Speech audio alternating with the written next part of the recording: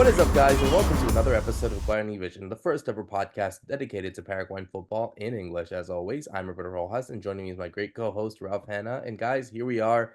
It's a really important week, I would say, in terms of Paraguayan football as a whole. I think, obviously, we're getting into the swing of things for the World Cup qualifiers that are beginning in about a couple weeks. The game against Argentina and Bolivia that will close out World Cup qualifying for 2024. But obviously, we had some big games in the local league. Some teams also awaiting their fate for next year as well. We're going to see what happens to them. But yeah, I think we should just go straight into it, Ralph. We should go straight into what we saw, firstly, in the Superclasico on the weekend over there. The Defensores del Chaco, the game was played on Sunday. It was Olimpia against Cerro. A really big game for Cerro Porteño. They really needed to get this win in order to get back into kind of this big race for the Clausura.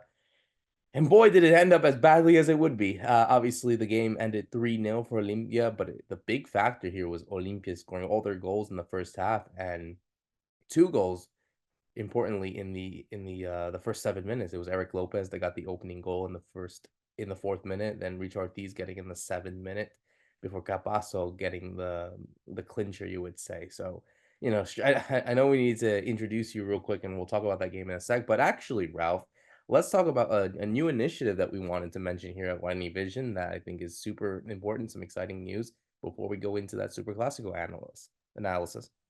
Yeah, that's right. Hey, Roberto. Hey, everybody watching, listening, and thanks for all of your support. We've been doing this for about 4 years now. We were talking offline the other day, and we just wanted to mention that this is taking up, obviously, this takes up a lot of our time, but we have so much passion for Paraguayan football. We want to get it to you guys, to this larger audience. So we started up a little link, which I think will be in the description, buy me a coffee/Guarani Vision. So if you guys want to help out the show in any way, feel free to give us a little bit back so we can keep producing the show and doing things for you. What we really want to do is build up towards 2026 and the World Cup. We have some big ideas. So all of that, of course, will take a little bit more of investment, both financially and time. So anything you guys can support, we would really appreciate that here at Guarani Vision, and keep looking out because things are going to grow very quickly. They are going to grow indeed. And obviously, we'll provide links to the show right at the bottom of the description and also in the tweets as well when this show goes in, if, of course, you want to donate. So let's go into what we saw in that Superclasico. Like I said, 3-0 victors for Olimpia. Obviously, getting those goals really in quick succession, firstly in the first half, and then obviously, the result as a whole. But honestly, I think we saw a team that just, in terms of Cerro Porteño, they gave up so quickly. I think we obviously, Super Classicos don't tend to be this kind of decided so quickly. Like, I can't recall a Super Classico being decided, I think, in 7 minutes, that even though it was 2-0, I think you kind of got the impression that Cerro Porteño really weren't going for it. But yeah, 3-0 victors for Olimpia. They're right on top of the Clausura with 36 points. Nacional going with 30 points. And it's tough to say it as a Cerro Porteño fan, myself, and even Ralph, you have your ties to them as well. But it looks like it is over for Cerro Porteño, that it is Olimpia's Clausura to lose with only a few games left in the season.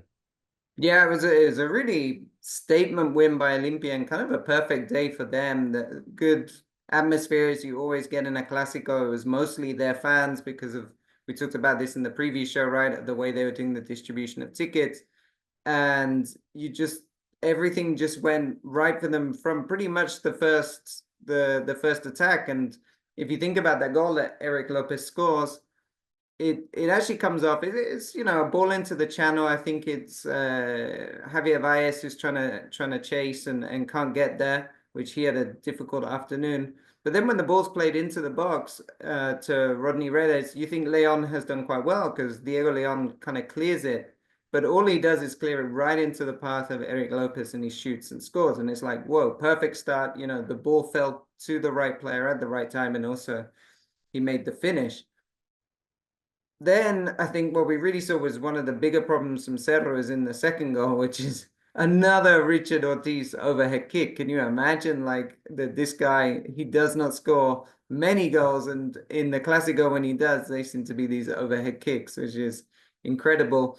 But what we saw there was again they weren't able to deal with Capasso in the set piece. Capasso wins the first header, which ends up falling in the box. Enzo Jimenez really does nothing to try and get close to Richard Ortiz, and he's able to like hook it in and for that second goal.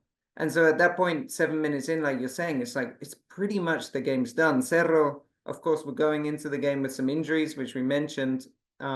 It was really interesting. A friend wrote to me afterwards and said that Cerro were actually favorites for the game in some of the international betting markets, which really surprised me because obviously they were below them in Olimpia in the table, but also they had those injuries. But at that point, 2-0 down, they really just had you had no real way of seeing how are they going to get back into this. And when the third goal comes again, Capasso had a great day. It's another set piece that Cerro can deal with. And it's interesting just from trying to understand tactically what was going on. In the Richard Ortiz goal, Capasso is being marked by Javier Valles, Christian Javier Valles, and he doesn't do a great job. But then for some reason on the other goal, Javier Valles is picking up someone else ahead, and it's Pirista Mota who's picking up Capasso, who also doesn't do a good job as Capasso scores a goal. But it was strange that I don't know why that had switched up. You would have assumed they tried to keep a plan, right, on basically one of Olympia's best players from set pieces. Um, and that was really, I mean, the story of the game. Like you said, this is all in the first half, right? So anything that happened after that, you just didn't see it happening, and it just leaves the title race, like you said, all in Olympia's hands. They do play Nacional still, so Nacional, well, I'm sure we'll get to this, but they beat them in the Copa Paraguay, so there is still that possible jeopardy, but you really think it's in Olympia's hands now going into what is it? We have 6 games left, I think. So it's a great result for them, and by the way, big moment for Martin Palermo. We should mention that, I think, because Palermo obviously won so much as a player, but he hasn't been a great manager. I think he's kind of struggled in Argentina, and we've seen this with Argentinian coaches that come to Paraguay and end up doing very well. We didn't think this would happen with Palermo, but now he's on his way to a title. I mean, this could be the start of something like a long-term project with Palermo at Olimpia.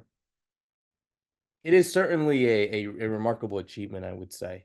Certainly for Olimpia to get that win, and of course for someone like Martin Palermo to kind of really make his stamp as a manager, especially coming off of going into a foreign country like Paraguay. So I think it's remarkable to see what they've been doing, and yeah, I think they're right in the driver's seats to win the Clausura. But I want to go back to Cerro because again, it's kind of the same old. And you look at someone like Carlos Harris Harrier, who I think, obviously had earned so much respect from a lot of Paraguayans this year for what he did with the U23 team. He goes into a really precarious situation for Cerro Porteño. And, I think, do you feel like it was set up to fail for him? Like, I'm not saying that this is kind of um, a statement on how bad he is as a coach. I think he is a really good coach at the end. But do you feel like, given all the circumstances that have been going on for Setter and kind of the record and some of the players even, that probably would not be of his kind of suited style? Do you think that he was just set up to fail, and that's why what we saw this weekend is a result of that? Yeah, it's set up to fail. He came in a very difficult situation. I think that's definitely true because remember that Cerro didn't just get rid of Manolo Jimenez, they got rid of Fernando Juero, who was the sporting director. So the whole kind of structure of the club was getting changed at that time. And they've got the injuries. So I mean, he's not helped that he doesn't even have maybe his best team to play with. And what I think the appointment very much to me kind of suggested this is like, let's get someone in who Paraguayans like, but also will not cost us very much money. But so this was the idea because, of course, Manolo coming from Spain, who'd previously been in the Middle East, I mean, he was an expensive coach for Cerro to bring in, and it didn't work. And so now financially, they just have to take a step back and getting someone like Haras Ayer is a much easier option than going, for example, for a well-known Argentinian manager, which could have been the other option. So in a way, you could say that the whole kind of leadership of Cerro were thinking of let's go for the lower risk financial option and maybe the easier option in terms of somebody that's on a high and very much well loved, and obviously well loved at the club because everybody knows he's a Cerro fan and this has been his dream, right? But yeah, is it the best thing for the team? I don't know. I think there's still possibilities there. I think what really now Cerro have to be looking towards next year, and what Harasaya has proved he's very good at is managing the younger players and doing very well with that. If he gets hold of two or three next year that are coming through, for example, the reserves right now, so you get another Diego Leon, another Gabriel Aguayo, who are two kids that have only made their debuts in 2024, but can easily be part of this first team as they've proven. I mean, if he can get a couple more, then that could be interesting. But yeah, but he wasn't given a great. He came into a very difficult situation, and also, I mean, with the injuries just on top, because no Cecilio Dominguez and Juan Iturbe, they were kind of the big signings, right? They were the big players at the top of the year, and so he's not even with that full team. So it's a difficult time. I guess the big question will be, what does Cerro do now in the off season? So the off season's coming up in our winter, the Paraguayan summer.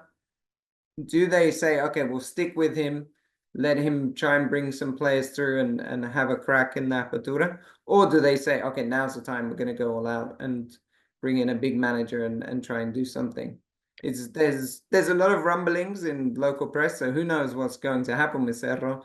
But yeah, like you say, I don't know, set up to fail, but definitely, yeah, he came into a really difficult situation. Also, obviously, we haven't heard anything from the president, Juan Jose Zapag, and I think obviously the pressure does go on to him about, obviously fans are feeling very much frustrated and want him to go. And we actually saw in the last couple days after the Superclasico that there have been some, people wanting to take that seat, wanting people to take that role because of how fed up they are. The big one coming from someone called Carlitos Rejala, a former congressman, and he obviously said that that someone like Sabag should not be managed, should not manage a club like Cerro Porteño, and there should be a life after that. So I think it is also a bit concerning, maybe on my end as well, that we haven't heard anything from Sabag ever since that. You would think that such a statement from a club president after such a brutal way to lose the Superclasico, and two, kind of out of winning any sort of silverware for another year. It's going to be another full year without 3 years now since the last title that they won was the Clausura back in 2021. So it's been all 3 years now since they've last sniffed any sort of silverware. So this is something that I think the Cerro Porteño directors and the people in the administration should probably say something to their fans if they don't want them to get pissed off, because I think people are genuinely pissed off, and rightly so. Yeah, it's interesting. I mean, maybe we could do a whole show on this, on the analysis of the leadership of Cerro. They've actually been hugely successful in one side of football, which is the business side, right? I mean, I also thought this about Cubero. I thought it was kind of difficult that he went, because the sporting director, he did some great stuff. If you think of the player sales, the way they're doing in youth teams, the players they're bringing through. So all of that side, they've kind of done quite well. They still struggle a bit that they have this huge stadium and they cannot fill it every game, because we just have to be very honest. 40,000 people are not going to go and watch Cerro against General Caballero. It's just not going to happen. So that stadium is sometimes, it can be a bit difficult. But even the last time I was there, I remember going and thinking, oh, there's hardly anybody here. But then you see there's still like 10,000 people. It's a huge stadium. And 10,000 members it's still really good money for Cerro compared to what they used to do before they had the Nueva Olla. So the kind of business side and I think player development and player sales, they've actually done very well. But like you said, it just hasn't translated to any success on the field. And Cerro is not, they cannot be just a selling club or a feeder club to Brazil. Which, by the way, a lot of these players went to Brazil. I mean, they're too big for that, right? They have to win trophies, and that's the bit that they've really failed on. And that's where I think Zapag is getting the criticism for. But it's a huge task, because honestly, that bit, going back to that financial economic side, it's a huge economic undertaking in a small country. There's not many individuals that can really afford to be a president of such a big club. And I think that's what we've seen, why we've seen the Zabag family have been there pretty much since I've been following Paraguayan football closely. So it's like at least 15 years plus. Um, just because there's not many other people. Before them, for example, was Naput, who ended up becoming the head of CONMEBOL, Petin Gil as well, who's also, a very big businessman in Paraguay. It's just not very easy to take on such a big project. And so while a lot of people do come out in media, whether they can really back that up financially is the big question. It's certainly a big situation that I think a lot of Federal fans don't want to be in, and more so when you look at how kind of everything is being set up.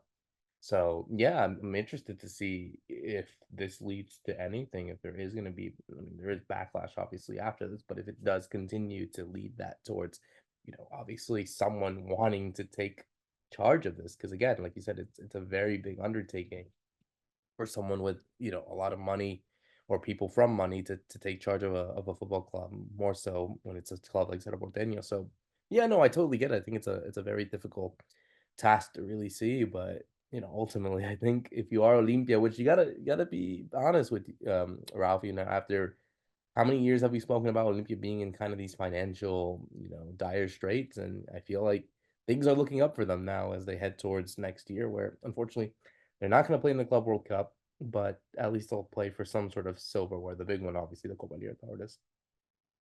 Yeah, that's right. I think Olympia is really finding their kind of feet, especially post Trovato, when of course they had those problems they had a great success on the field, and then they had the problems off the field, like you mentioned, with the FIFA sanctions for transfers. Trovato is banned as a present for life. So there was a bit of restructuring and organizing. They've been helped out, of course, by Alejandro Dominguez and Conmebol, who gave lots of money to Paraguayan clubs to improve their stadiums, and that's been a huge issue for Olimpia. We just talked about how Cerro have this great big stadium. Olimpia has a very small one, which they always fill because the demand is there, especially when they're playing well. So now finally they're actually upgrading that stadium, which it really needed that. And so that's going to hopefully bring in some more revenue for them. They've got the kind of FIFA sanctions off their back. I think actually this week I read that Huracan owe them money now, so for Sal Salcedo or something. So it's funny. There's actually something has switched where Olimpia actually owed money, which is a change. And and I think what we're seeing is they're actually finally developing some good young players. They had a long time where really the best young players were all from Libertad and Cerro. There were very few from Olimpia. It was like the occasional Derlis Gonzalez, for example. Well, Derlis Gonzalez actually Rubio knew originally. So it was like the occasional player. But now we saw it in the Classico. I mean, Alex Franco's a very good player as well. So there's another young kid that you think could go through. And suddenly there's everything's just trying to sort of, what's the word, like pointing in the right direction. And they've got the Copa Libertadores where I'm sure they could actually do something next year. I think just one or two extra players and they reach those knockout stages, and then it really is big money, isn't it? Really is, and they definitely need the money because obviously, after the high that Olimpia have gone through in this kind of big Superclasico win, they kind of went through some lows later in the week. Because obviously, the big talking point, like I mentioned beforehand, was to see if they were going to go into the into the Club World Cup next year. That all depended on if River Plate were able to defeat Atletico Mineiro. That wasn't the case. They lost 3-0 in the first leg and then ended up 0-0 over there in Buenos Aires, meaning that they won't be playing in the Club World Cup. And I think obviously them losing in the Copa Paraguay is a big thing as well. They lost 2-0 to Nacional 2 days ago as well. Meaning that our semifinals are set for the Copa Paraguay. We have Libertad hosting Sportivo Luqueño. Luqueño defeated Guarani, whereas Libertad defeated America on penalties. And then Nacional, who obviously defeated Olimpia, take on Guarani, who defeated Sportivo Carabewa. So obviously one of these teams will be a Copa Paraguay champions, one of these teams from the first division. But yeah, going back to Olimpia, I mean, certainly I think they needed that kind of financial backing, or should you say, kind of surplus that they probably would have gotten in the Club World Cup or winning the Copa Paraguay or going far. They're not going to get it this time around, Ralph. Yeah, that's right. I mean, I think with the Club World Cup, we were all hoping, even those of us or us too that are Cerro fans here on Guarani Vision, we were hoping they get there because, of course, it'd be great to see Olimpia play a competitive game in the US, something that has never happened in their almost no over 100 no almost 120 years history. Yeah. So that was a shame from that side, and of course, yes, the economic impact as well. But if it is a funny thing, right, that Atletico Mineiro have, of course, Junior Alonso. Junior Alonso came through the Cerro ranks, huge fan of Cerro, and interestingly played for Boca. So he had two reasons, I think, in that game against River Plate, or three reasons. He wanted his team to go through, he wanted to beat River as a former Boca player, and he wanted to make sure Olimpia didn't make it as a former Cerro player. And I think he did end up posting something on Instagram, which I think he took down quite quickly, but he said bring more fireworks or something in relation to that amazing spectacle at the beginning of the game with all the River fans with that huge kind of intro to the Monumental or the new Monumental. And that was a fantastic kind of spectacle and reminds us what Libertadores is all about, other than the actual football being played. But it's Mineiro that go through, and yeah, Junior Alonso gets to go to a final. Big moment for him as well. I think he's by the way another player that's sort of in his career has had these like cycles and these ups and downs, and he's actually found he's in a great moment in 2024 because he's back in the Paraguay team. Alfaro likes him. He played with Alfaro at Boca. So he's back in the kind of fold, having been almost like pushed out, especially with the form of Alderete, because Alderete is a left-footed centre back. It kind of pushed him out, but now he's found this place as a left back for the national team. And now with back at Mineiro after the time in Russia, and that was very difficult, I think, working those contracts out and getting him back to Brazil. And that seems to be one of his places in the world. He's done very well there, and now in this huge final where he gets a chance to win some more silverware. Yeah, it's a big deal, and obviously, also we got two players from the other team that are going to be playing in the Copa Libertadores final. Obviously, one is Oscar Romero, someone who hasn't really found his feet in the Paraguayan national team. I was like, yeah, hasn't been called up from Alfaro, but one player that obviously is on that team. He's on the starting lineup as the goalkeeper, but not getting any minutes at Botafogo. It's Gatito Fernandez. So another Paraguayan could win the Copa Libertadores again, continuing this really good record of Paraguayans being champions of South America. Yeah, another Paraguayans also from Cerro Porteño. So going back to I told you, this is also PAG era players, right? That they managed to develop and produce. So it's just a reminder of how good Cerro have been at producing really top talent. Yeah, Oscar Romero is first time in a Copa Libertadores final, so big moment for him. And yeah, Gatito will probably be on the bench, but has that chance. And of course, just to mention that Oscar Romero and Junior Alonso came up together. They were pretty much in the same team, in the Chiquiase team. I think they went unbeaten in 2013. I'd have to go back and check that, but I'm pretty sure they played together there. They're good friends. And so that will be interesting to see those two taking on each other. And like you said, it's interesting to see. Obviously, the Copa Libertadores has been dominated by Brazil in recent years. But what we've seen from Paraguay after a long time of not really happening is this market of Paraguayan players going to Brazil, good Brazilian teams. We've seen people go to mid-table or even Serie B teams, but now there's pretty much all the top Brazilian teams have a Paraguayan player. Maybe something started more recently by Gustavo Gomez's success. I think that's helped a lot. But it goes back to people like Chiqui Arce, who used to play and, of course, won Copa Libertadores himself, Diego Gavilan. I keep mentioning Cerro players, by the way, but this is just maybe coincidence. But it's good to see that right now you have a real, like big group of Paraguayan players, many of them in the national team that are in Brazilian sides, because as we're seeing, the Brazilian league is in South America kind of streets ahead of everybody else.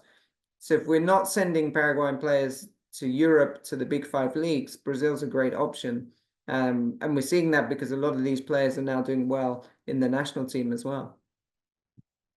It's a big thing. It's clearly a big thing, and obviously going into the Sudamericana because obviously we'll have another ex Cerro Porteño playing in this time round at La Nueva Olla Racing Club. We were hoping that it was going to be Corinthians getting it because that would have been another Paraguayan, Angel Romero, who also played for Cerro Porteño playing the final, but unfortunately it's going to be Racing that are going to be playing it, and it's Cruzeiro of Fabrizio Peralta, certainly a big factor for this one as well. So an ex-Cerro Porteño player could indeed win both titles, even though they're not celebrating too much in terms of their actual team. At least one of their, like you said, Ralph, that they've done kind of well exporting players on the business end and kind of seeing the results of what you're seeing with these players possibly winning international titles. Yeah, that's right. I think with Fabrizio Peralta, he's a bit younger than some of the other players mentioned, and he isn't really getting all the minutes in Cruzeiro at the moment, or maybe not as many minutes as we hoped. He hasn't like hit the ground running like Damian Bobadilla did in Sao Paulo. Similar, I would say, kind of similar players, similar positions. But he gets a chance, right? This is such a huge moment that he gets to go back to La Nueva Olla for the Sudamericana final to try and win a trophy. I mean, that would be a great moment for him. And of course, but he's facing off against a wrestling team managed by Gustavo Costas, who used to be at Guarani as a coach. So there is you got plenty of kind of people that know about Paraguay happening in that Sudamericana final. And I think it's going to be great. I mean, I don't know if our kind of listeners are our viewers remember, but the last time there was the final in La Nueva Olla, the Sudamericana final, it was amazing. The Colón de Santa Fe against Independiente del Valle, huge storms. Then you got the great concert from Las Palmeras, and then you got a really great game. I mean, unfortunately, Colón didn't win, right? But you got this kind of great event. So hopefully something similar will happen, and Paraguay can keep hosting some of these big tournament finals. I think it's important for them as well because obviously they're getting ready for obviously major events like obviously World Cup qualifiers. They got the World Cup that they have to host in a couple of years. So, well, not a couple of years, but in 2030. So, they're getting ready for like these kind of big events. And I think obviously having Comebol right there in the country kind of helps them get them, get on the good side with FIFA and whatnot. So yeah, obviously a big thing. And obviously we're gonna see a lot of fans from Racing and Cruzeiro, two big clubs in their countries and in South America. So I expect a really packed house over there in Nano. Yeah, I don't know if it's gonna be as packed in La Monumental though. You got Botafogo. I mean, who are big teams, but I think I'm more certain that it's gonna. Okay, yeah, it is a smaller stadium by like 40,000 less seats, but still, I think uh I think in terms of atmosphere and like kind of just kind of vibe, I think the Sudamericana is gonna win. Which is hey, it's good for Paraguay in a way, isn't it? Yeah, I agree. I think I prefer to be at that game because I mean, this is again another whole episode you could do, but part of what you want from international tournament finals is you want it to be from two teams from different countries. You don't want it to be from the same country, at least not all the time, and that's starting to happen. So it's going to be really fun that you get an Argentinian and a Brazilian team meeting up in Paraguay. That kind of really works well. I haven't enjoyed so much the final única, as they call it, the single final. But I think for this particular fixture, this actually works out quite nicely in terms of where the two teams are coming from, where the final is held. I think that's going to be a nice moment. And yeah, we'll be looking forward to it and hoping our Paraguayan players can can take a title. And then Libertadores, we've got it confirmed, but we're hoping to see Peralta lift some silverware as well. Absolutely. And obviously, we also want to see some Paraguayans live some silverware as we close out here with one last thing is the MLS Cup playoffs. We're right into round one in this kind of really weird format. It's a best of three. We're already done with match one, but we have some Paraguayans playing already. We have Inter Miami taking on Atlanta United. We saw in the first game Diego Gomez getting the assist in the second minute for Luis Suarez. They're leading 2-1. Well, they're leading the series 1-0, but they won 2-1. You obviously have Carlos Coronel at the New York Red Bull winning 1-0 against the Columbus Crew. You obviously also have in the Western Conference a bit more of a closer affair. We have the Vancouver Whitecaps of Andres Cuevas taking on LAFC. They lost 2-1 that game. And then, of course, we have the a really weird one in that Real Salt Lake and Minnesota United, where you have Brian Ojeda who unfortunately missed the penalty in that first game, meaning that Minnesota United took the first game in that series. And also you have Sebastian Ferreira of Houston Dynamo taking on Seattle Sounders, who also lost on penalties 5-4. So it's been looking good so far in the East for the Paraguayans playing there. Not so much for the Paraguayan players in the Western Conference, though. Yeah, especially for Brian Arqueta, that was a shame that he missed that penalty. He's been a very important part of Real Salt Lake. Um, and really he's keeps that's, by the way, a name. Brian Ojeda is a player who did come through Olimpia, so now we can talk about an Olimpia youth player. He's one that I'm surprised he never gets a call up for the Paraguay national team. I was mostly surprised in the Copa America, playing in the US. Garnero coached him at Olimpia. I thought he would be in there, but also Alfaro's overlooked him, and I found that interesting considering how many games he's playing and he's a regular performer. It's a bit different for Sebastian Ferreira down here in Houston. He's really not getting much game time, and unfortunately, he'll be on his way out because they signed Ezequiel Ponce in a similar position, and because of the way salary caps works, I don't think they'll be able to hold onto him for 2025. So that's a player that unfortunately is going to end up leaving. I think like Ivan Franco, who only came here on loan. But yeah, I think you were talking about the East. I mean, I think everybody's looking at Inter Miami to try and make it, or for Messi to make it. But for us, it's the Diego Gomez, it's Mati Rojas, it's David Martinez. They're all there, and it's Tata Martino that every Paraguayan loves as a coach. So we've definitely got eyes on that. And maybe we should mention, I don't know if we've mentioned it on the show before, but Inter Miami have qualified for the Club World Cup. Um, Guessing Gomez, where we are assuming Gomez won't be there.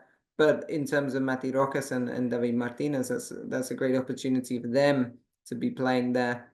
And yeah, let's see. I mean, it's interesting how the MLS has become such an important league for Paraguayan players. It's essentially replaced Mexico. So there was a long time when really some of your biggest Paraguayan players that weren't going to Europe would end up in Mexico. And I think what we're seeing that now is much more of them are in the MLS. Kind of gone are the days where you have 3 or 4 Paraguayans playing in America, which did used to happen. They're much more used to being found here in the US and in the MLS. And let's see, yeah, but the chances are high, right, that we get at least one Paraguayan that can pick up the trophy later this year. Yeah, I mean, certainly for a lot of them, obviously winning it abroad is such a big deal because we export so many players, and obviously they are performing well, but also at the same time we kind of want them to win some sort of silverware, no matter how big or small it is. So that's why it's such a big deal for the Paraguayans that are playing in the Copa Libertadores final, for example, the Sudamericana, the MLS Cup, and so on. So yeah, obviously we'll keep an eye on what's going on there as we close out another great episode of Guarani Vision for myself, Roberto Rojas, and Ralph Hanna. Thank you so much for listening in. See you soon.